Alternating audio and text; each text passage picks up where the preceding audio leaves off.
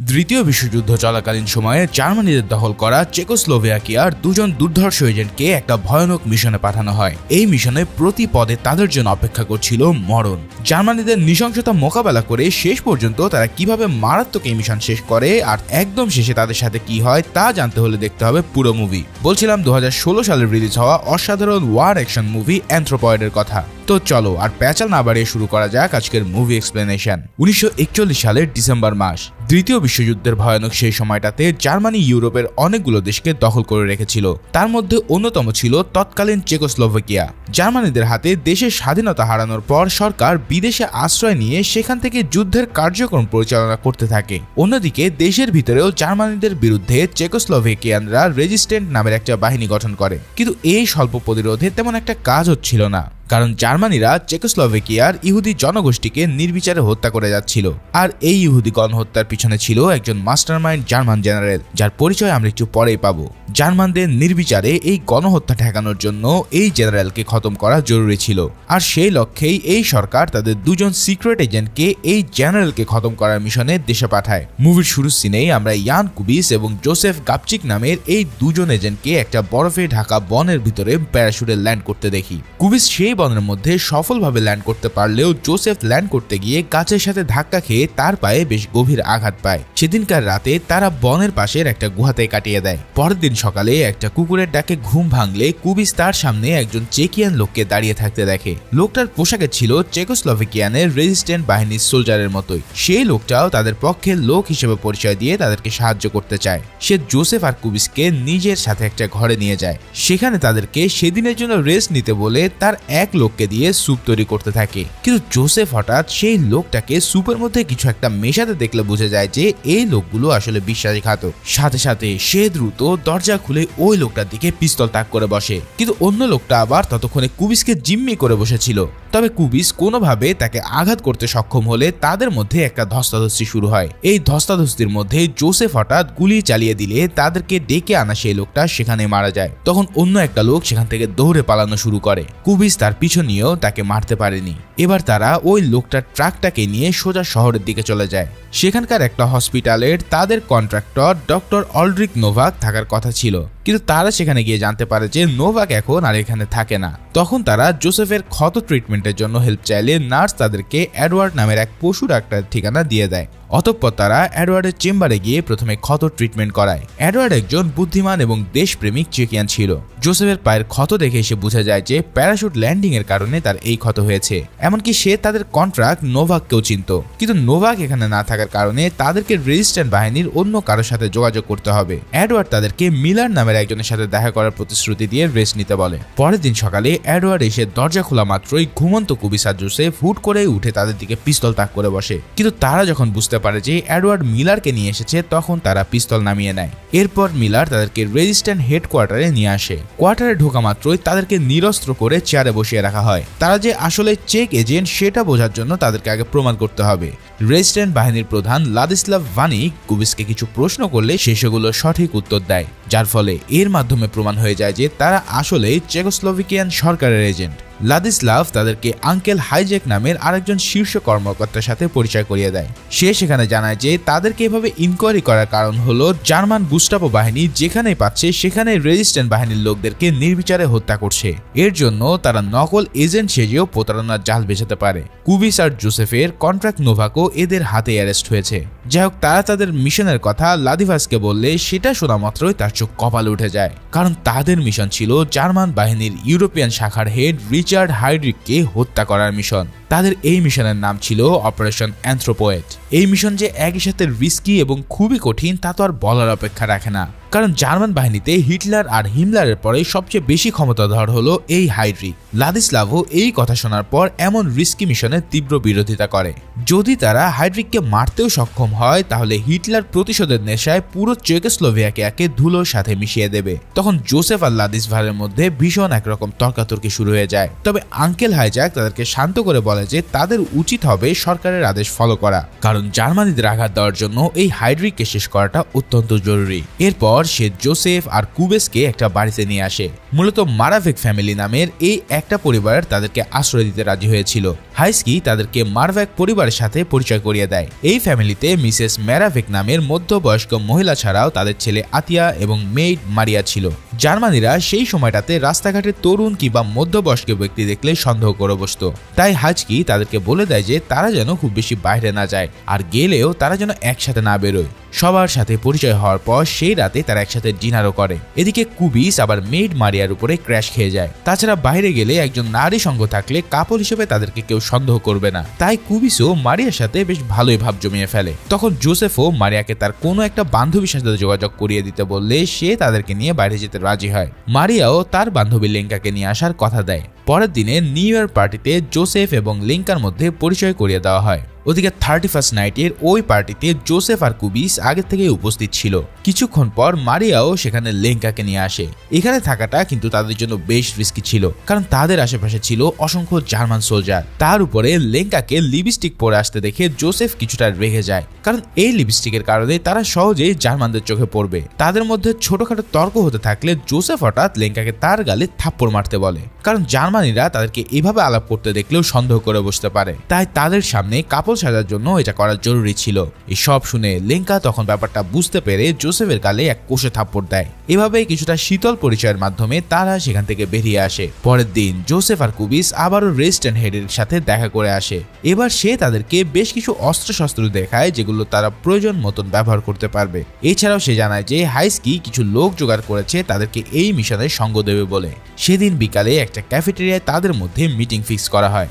Joseph আর কুবিস আলাদা আলাদাভাবে লেঙ্কা আর মারিয়ার সাথে সেই ক্যাফেটেরিয়াতে যায়। তাদেরকে বাইরে বসিয়ে রাখে। তারা ভিতরের এক গোপন রুমে গিয়ে সঙ্গীদের সাথে একত্রিত হয়। তাদেরকে সাহায্য করতে আসা লেফটেন্যান্ট ওপালকা আগে থেকেই তাদের সাথে পরিচিত ছিল। এবার তারা সবাই মিলে হাইড্রিককে মারার প্ল্যান সাজাতে থাকে। তাদের কাছে ইনফরমেশন ছিল যে সে প্রতিদিন সকালে তার বাড়ি থেকে বেরিয়ে আবারও সন্ধ্যার আগে ফিরে আসে। তবে এই দুটো টাইমে তার সাথে প্রচুর গার্ড ও আর্মস থাকে, তাই এই সময়টাতে তার উপরে অ্যাটাক করে সফল হওয়াটা খুব অসম্ভব। তবে হাইড্রিক মাসে একবার ট্রেনে করে বার্লিন যায়, কিন্তু সেই সময়টাতেও তার গাড়ির আশেপাশে এবং ট্রেন স্টেশনে কড়া নিরাপত্তা থাকে। তাই তাকে মারার জন্য তাদেরকে এবার খুব নিখুঁত একটা প্ল্যান সাজাতে হবে। হাইস্কি জানায় যে তার সাবেক এক ছাত্র হাইড্রিকের বাড়িতে রিপেয়ারম্যানের কাজ করে। সে প্রতিদিন তাদেরকে হাইড্রিকের বাড়ি থেকে যাওয়া আসার টাইম শিডিউল লিখে দিতে পারবে। ঠিক এই কথা বলার পরপরই সবাই হঠাৎ দরজার ফাঁক দিয়ে রেস্টুরেন্টের ভিতরে দুজন জার্মানি সৈনিককে ঝুঁকতে দেখে। তাদেরকে দেখেই সবাই বন্দুক নিয়ে ঘাপটি মেরে থাকে, কারণ জার্মানদের স্বভাবই হলো যে তারা অত্যন্ত সন্দেহপ্রবণ।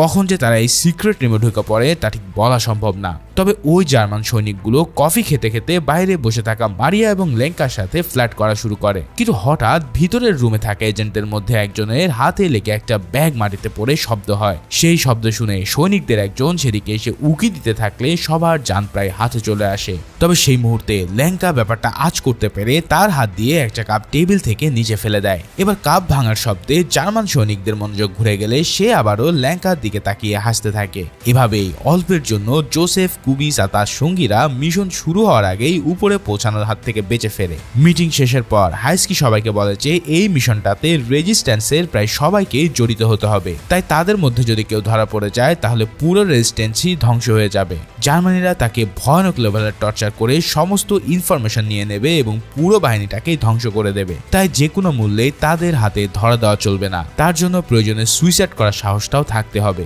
এই কথা বলে সে সবাইকে একটা করে সায়ানাইড পিল দেয়, অর্থাৎ এক প্রকার জীবন হাতে নিয়েই তাদেরকে এই মিশনে নামতে হবে। তাদের এই মিটিং এর পর হাইড্রিকের আসা যাওয়ার পথটাতে তারা নজরদারি করা শুরু করে। তারা বুঝতে পারে যে হাইড্রিক আর তার পিছনে থাকা আর্মস গাড়িটি আসার কেবলমাত্র 30 সেকেন্ডের ফারাক রয়েছে, অর্থাৎ তার উপরে অ্যাটাক করার জন্য তাদের হাতে রয়েছে কেবল 30 সেকেন্ড। ফলে যা করার এই 30 সেকেন্ডের মধ্যেই করতে হবে। তারপর তাদের ভাগ্যে কি লেখা আছে তা তারা কেউই জানে না।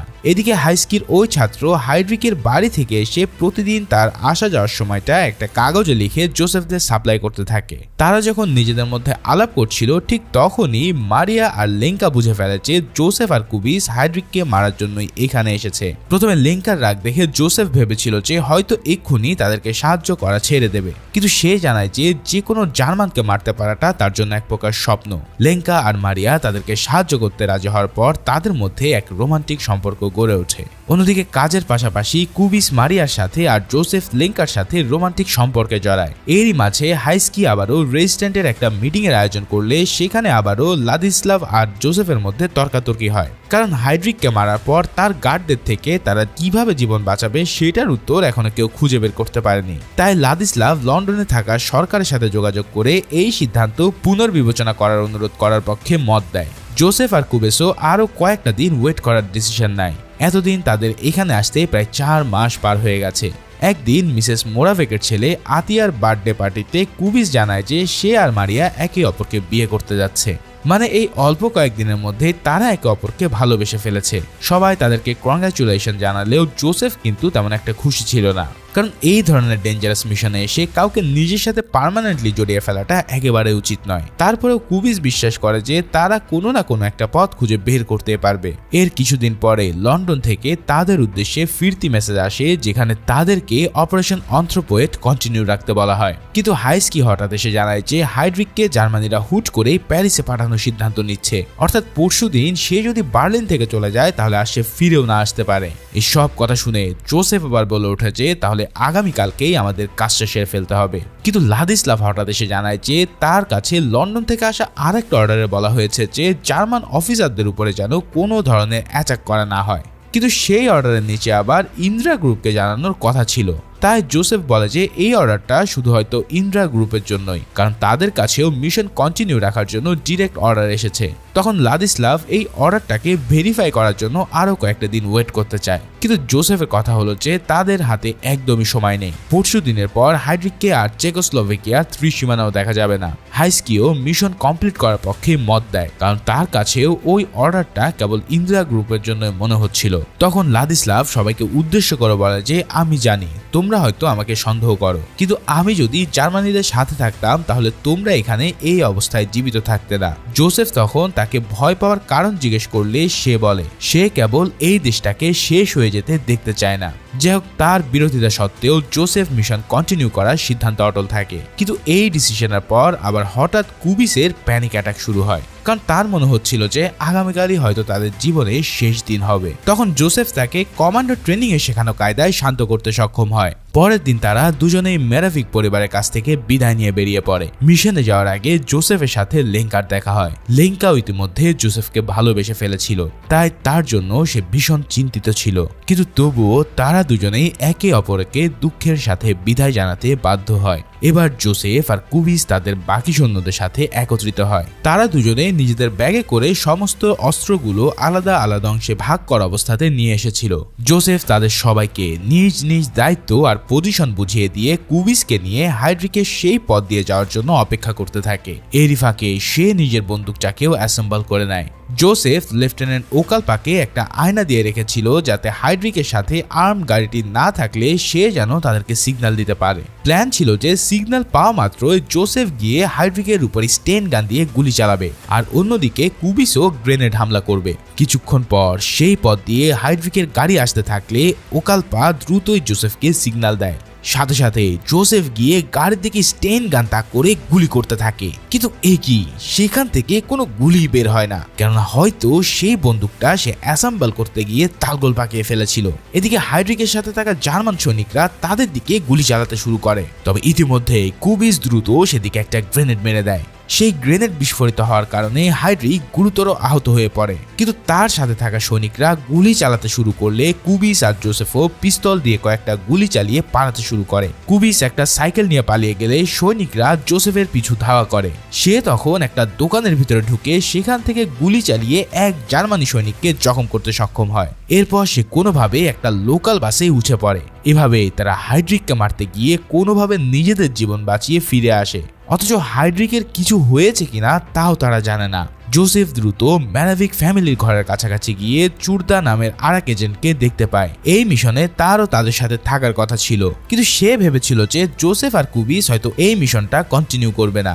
জোসেফ তাকে মুখ বন্ধ রাখতে বলে দ্রুত ঘরে গিয়ে দেখতে পায় যে কুবিস সেখানে অক্ষত অবস্থায় ফিরে এসেছে। তারা দুজনেই প্রচন্ড হতাশ ছিল, কেননা তারা তাদের মিশন শেষ করতে পারেনি, অথচ জার্মানিরা এখন খ্যাপা কুকুরের মতন হয়ে গেছে। তার কারণে তারা যেখানে যুবক পাচ্ছে তাদেরকে ধরে নিয়ে যাচ্ছে।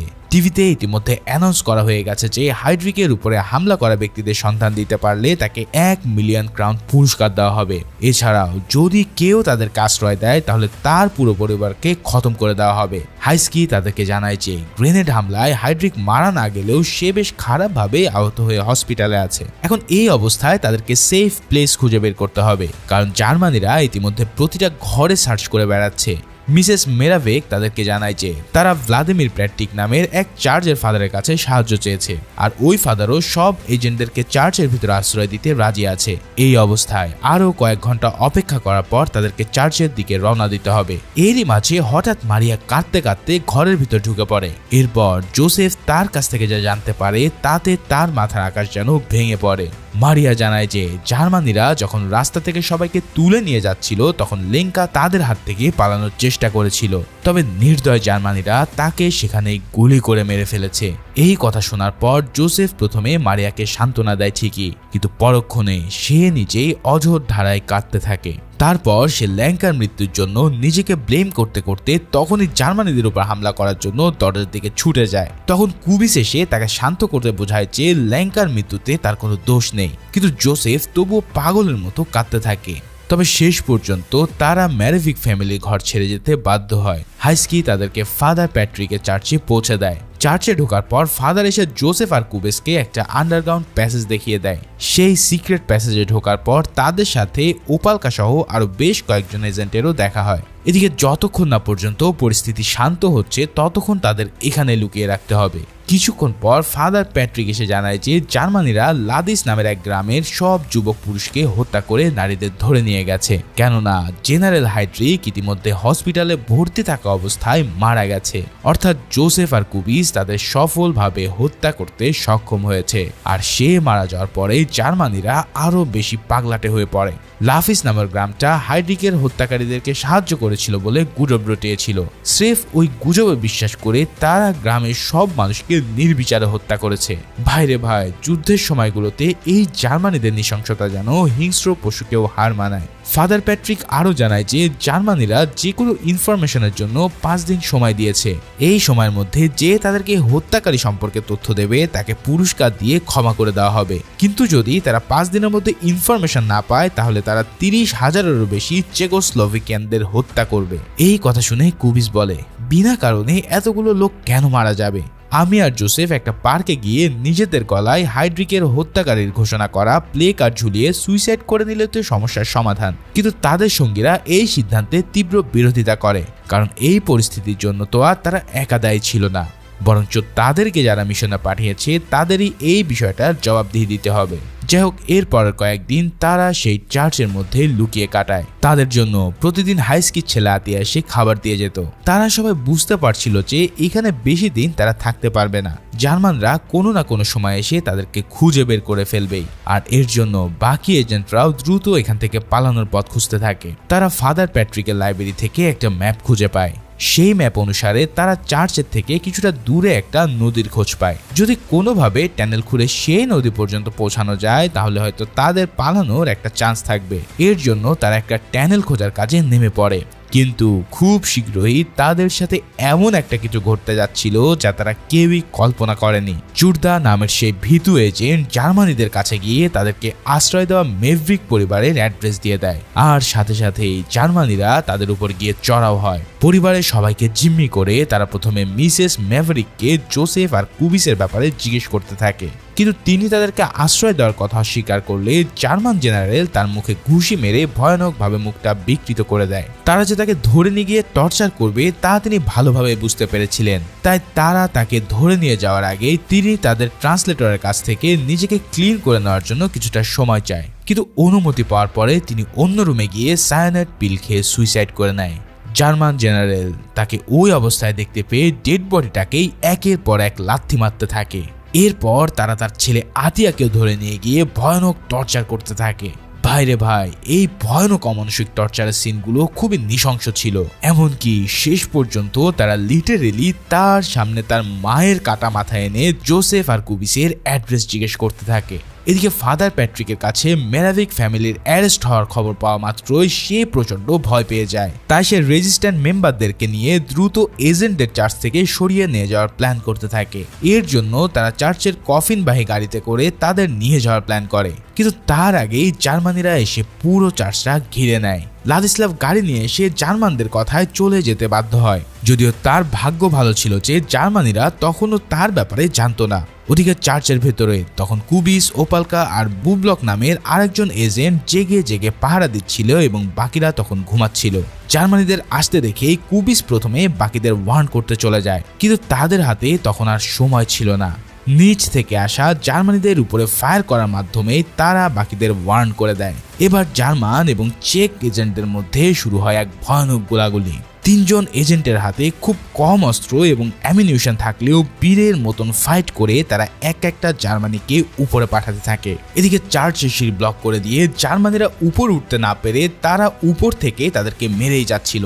জার্মানিরাও নিচ থেকে তাদের উপরে অনবরত গুলি করে যায়। তবে শেষ পর্যন্ত তারা মেশিন গান নিয়ে এসে তীব্র গোলাগুলি শুরু করলে এজেন্টরা এবার কোণঠাসা হয়ে পড়ে। ছোটখাটো পিস্তল আর রাইফেল দিয়ে কতক্ষণই বা টেকা যায়। ওদিকে আঙ্কেল হাইজিকের ঘরেতেও খুব তাড়াতাড়ি জার্মানিরা পৌঁছে যায়। তবে সে আগে ভাগে সায়ানাইড পিল রেডি করে সুইসাইড করার জন্য রেডি হয়ে থাকে, কিন্তু জার্মানিদের গুলির শব্দ শুনে তার হাত থেকে সায়ানাইডের ট্যাবলেটটা পড়ে যায় আর জার্মানিরাও ইতিমধ্যে ঘরে ঢুকে পড়ে। তবে শেষ পর্যন্ত তারা তাকে ধরার আগেই অনেক কষ্টে পিল খুঁজে নিয়ে সেটাকে সুইসাইড করে নেয়।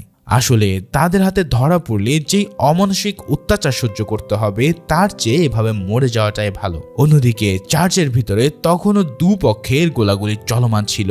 জার্মানিদের ভারী অস্ত্রের কাছে এজেন্টদের অ্যামিনিশন প্রায় শেষ পর্যায়ে চলে এসেছে। এছাড়াও ইতিমধ্যে সবাই প্রায় কম বেশি আহত হয়ে গেছে, যদিও তারা মাত্র 3 জন মিলে প্রায় 100 খানিক জার্মানকে উপরে পাঠিয়ে দিয়েছিল। তবে অবশেষে লেফটেন্যান্ট ওপালকা গুলির মুখে টিকতে না পেরে সুইসাইড করে নেয়। এরপর কুবিস আরও কিছুক্ষণ জার্মানিদের আটকে রাখতে থাকে, কিন্তু জার্মানিরা এবার গ্রেনেড নিক্ষেপ করা শুরু করে দিয়েছিল। বেশ কয়েকটা গ্রেনেডের হাত থেকে তারা দুজন বেঁচে গেলেও শেষ পর্যন্ত বুবলি গ্রেনেডের আঘাতেই মারা পড়ে। আর ফাইনালি সেখানে বেঁচে থাকে কেবল কুবিস।